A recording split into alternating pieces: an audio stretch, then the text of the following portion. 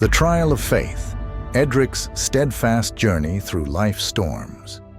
In ancient times, when kings ruled with swords and magic, there was a kingdom called Avrila. Nestled between majestic mountains and lush green fields, Avrila was a land of prosperity and peace. And no one in this kingdom was more respected and beloved than Lord Edric of Thornhaven. Castle Thornhaven stood tall on the highest hill in Avrila, its granite towers reaching for the sky. From its stained glass windows, Edric could see the entire kingdom spread out before him, from the golden wheat fields in the west to the ancient oak forests in the east, and the glittering coastline to the south. Edric wasn't just a wealthy lord. He was renowned for his virtue and fairness. Every morning, as the sun peeked over the snow-capped mountains, Edric would rise and kneel in the castle's small chapel.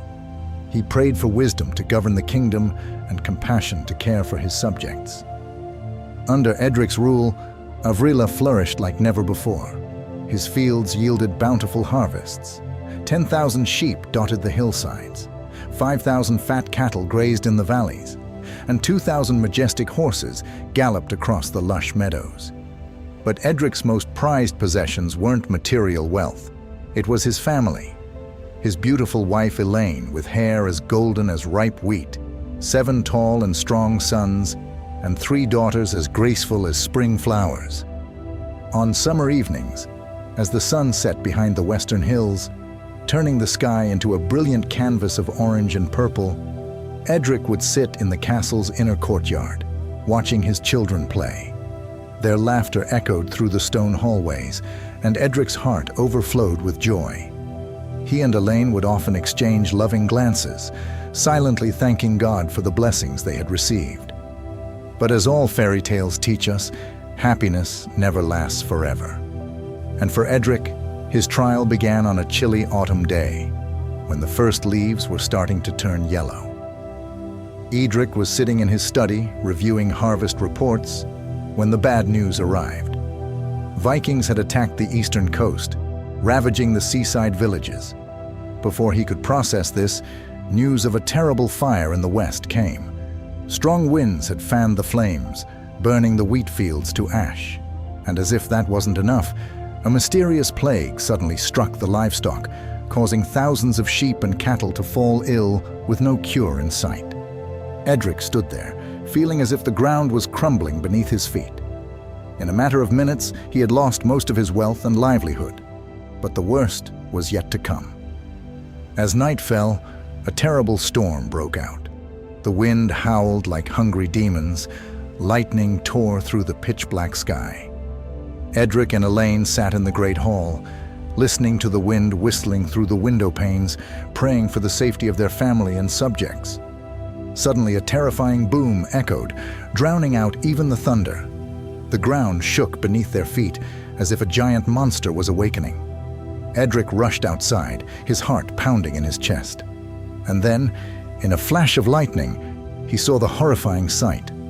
The main tower of the castle, where his children were having a party, had collapsed in the storm.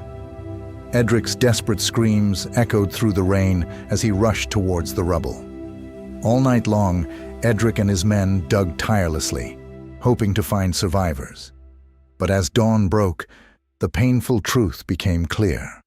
All 10 of Edric's children had perished in the tower collapse. Edric fell to his knees amidst the ruins, his tears mixing with the rain and mud on his face. In one night, he had lost everything: his wealth, his land, his livestock, and most precious of all, his children. He looked up at the gray sky and cried out in anguish, wondering why God had let this happen to him. But the sky remained silent, only the falling rain answering his plea. The following days passed in a hazy nightmare for Edric. News of his losses spread throughout the kingdom like a plague. And with it, fear and suspicion began to grow. Neighboring lords, who once called him friend, now avoided him as if he carried a contagious disease. Farmers and merchants, fearing that Edric's misfortune might spread to them, began to leave his lands. The whispers behind Edric's back grew louder. People speculated that he must have done something to anger God, for how could a good man suffer such misfortunes? And then, as if to make matters worse, a strange illness struck Edric. His body was covered in painful sores, his flesh burning as if on fire from within. Too pained and ashamed to stay in the castle, Edric left Thornhaven to live in a small hut outside the city walls. He feared his illness might spread to others, but deep down, he also wanted to escape the pitying and contemptuous looks of others. In that dark and damp hut, Edric spent long days in pain and solitude. He wondered if this was to be his end, an outcast, forgotten by both God and man. But fate wasn't finished with Edric, for sometimes it's in the deepest darkness that we find the brightest light. During those dark days, Edric's three closest friends, Aldwin the monk, Barnaby the knight, and Cedric the merchant, came to visit him. When they saw Edric, once a mighty lord, now reduced to a shadow of himself, they couldn't hold back their tears. For 7 days and 7 nights, they sat with Edric in silence, sharing in his pain. Finally, Edric spoke, his voice hoarse with pain and sadness. He expressed his anguish, wondering why he hadn't died at birth, why he had to endure such suffering. The three friends, with good intentions, tried to explain the reasons for Edric's misfortunes.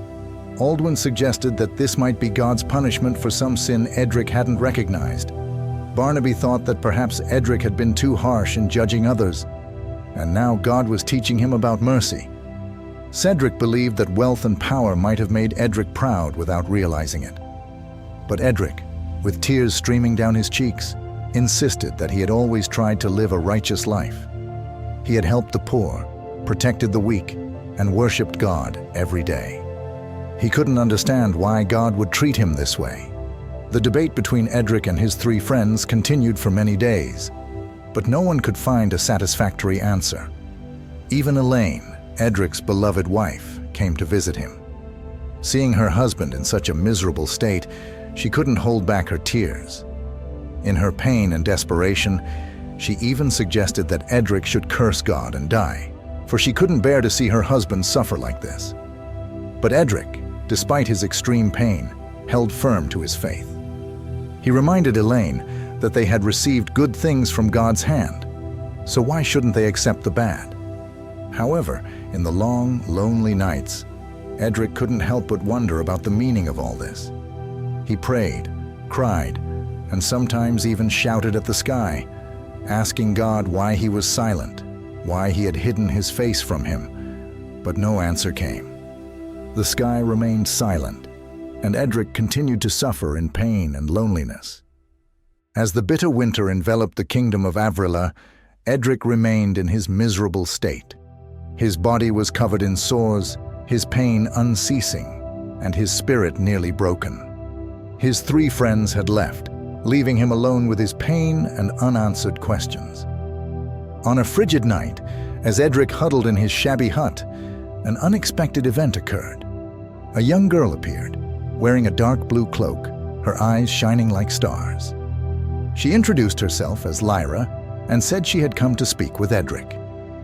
Edric, initially suspicious and afraid, gradually sensed a strange energy emanating from the girl.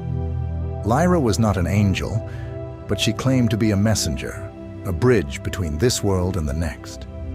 Lyra began to tell Edric about the balance of the universe, about how light and darkness, joy and sorrow were all inseparable parts of life. She explained that the losses Edric had experienced, though painful, had taught him valuable lessons about patience, resilience, and unconditional love. When Edric asked why God had chosen him to endure these things, Lyra replied that it wasn't a punishment. It was an opportunity for Edric to become stronger, wiser, and closer to the Creator. He had been chosen not because he was weak, but because he was strong enough to overcome these trials. Throughout that night, Lyra continued to talk with Edric. She explained the mysteries of the universe, how every difficulty carried within it the seed of a new opportunity. As dawn broke, Lyra stood to leave.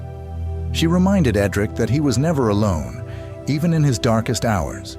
The Creator's love was always with him. With those final words, Lyra disappeared as if she had never been there. but Edric felt as if a burden had been lifted from his shoulders. For the first time in months, he smiled. The encounter with Lyra had given Edric new strength and determination. Although his body still ached, his spirit had been lifted. He began to pray not for deliverance, but for understanding and strength to accept God's will. One morning, as the mist still covered the ground, Edric heard a voice echoing from the sky. The voice told him to stand up, for it was time for the final test. Edric shakily stood, feeling a strange energy coursing through his body. Suddenly, he found himself standing on top of a high mountain, looking down at the entire kingdom of Avrila. The voice spoke again, offering Edric a choice. If he renounced his faith in God, he would have everything he had lost restored: his wealth, his health, and even the lives of his children. But if he held firm to his faith, he would have to continue suffering for a while longer. Edric stood silently, considering the offer. He remembered the happy days with his family, the wealth and power he once had.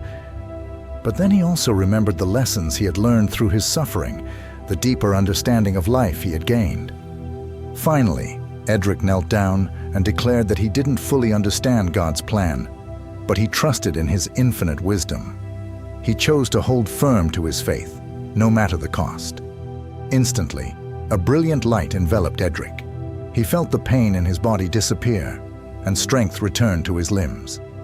As the light faded, he found himself standing before the gates of Castle Thornhaven. The castle was no longer the ruins he remembered. It had been rebuilt, even more beautiful and sturdy than before.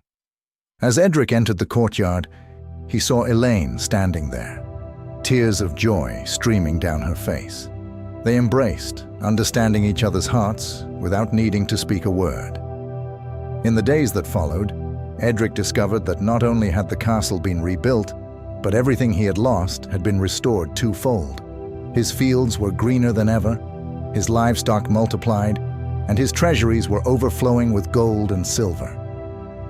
But what made Edric happiest was the return of his children. The 10 children he had lost now stood before him, healthy and radiant.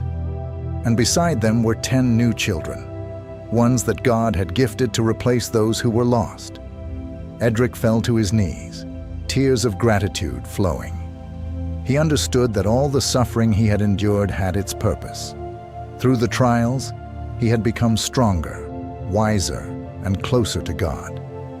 From that day forward, Edric ruled the kingdom of Avrila with unparalleled kindness and wisdom.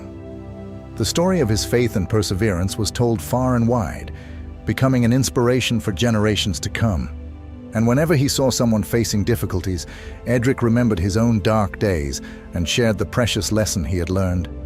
Be patient and hold firm to your faith, for after the rain, the sun will shine again.